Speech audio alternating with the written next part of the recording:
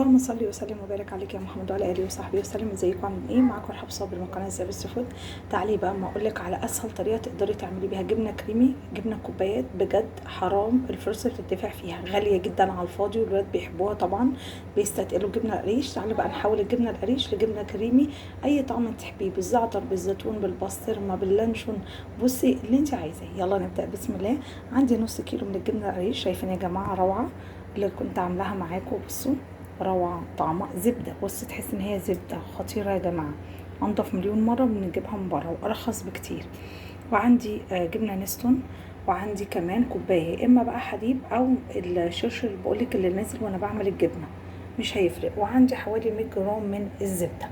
خلاص كده كل اللي انا هعمله ان انا هجيب شفشق الخلاط هحط فيه او الكبة، واحط فيها الجبنة مع عندي الجبنة نستون وكمان الحليب وكمان الزبدة. خلاص، واشوف بقى القوام عامل ازاي. شفتوا السهولة؟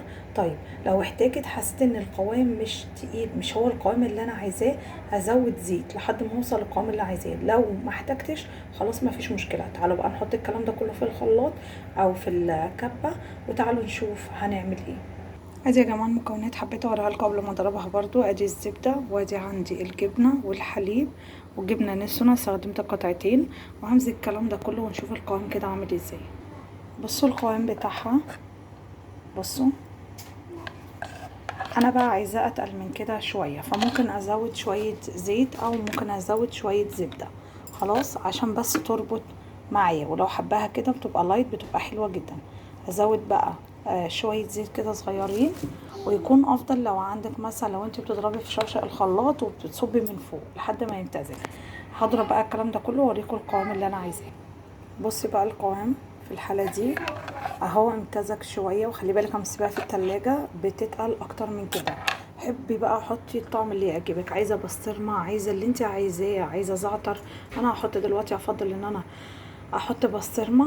هوريكم حته صغيره جدا البسطرمه اللي كنا عاملينها واضربها معاه، ودوقي بقى احلى جبنه كريمي في الدنيا. خلي بالك تنفع لايت لو ما حطيش شويه الزيت اللي احنا حطيناهم. احنا حطينا حاجه بسيطه جدا من الزبده، تمام، وقطعتين جبنه نستون. بس عايزه اقول لك طعمها جميل جدا. والكميه هوريكي دلوقتي الكميه هتعمل قد ايه. بصوا بقى الكميه ما شاء الله، اللهم بارك يا رب. شايفين القوام؟ ولسه هتتقل كمان. حطيت فيها قطعه بسطرمه بس ما تكتريش زي ما قلت لك. بصوا يا جماعه، ادي البسطرمه اللي كنا عاملينها مع بعض في القناه، بحطها بنص كيلو لحمه، عملت كميه كبيره وكنا شايلينهم في الفريزر. بصي يا دوبك تطلعي الحته اللي انت عايزاها زي الفل، ما شاء الله، بتفضل معاكي فتره كبيره جدا بالشهور ولا بيجراها اي حاجه.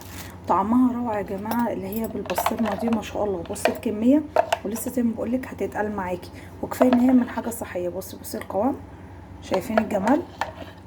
ولسه ما تحطيها في التلاجة هتتقل معاكي، انضف مليون مره من العلبه اللي بنجيبها من بره وبتخلص في وقتها على طول.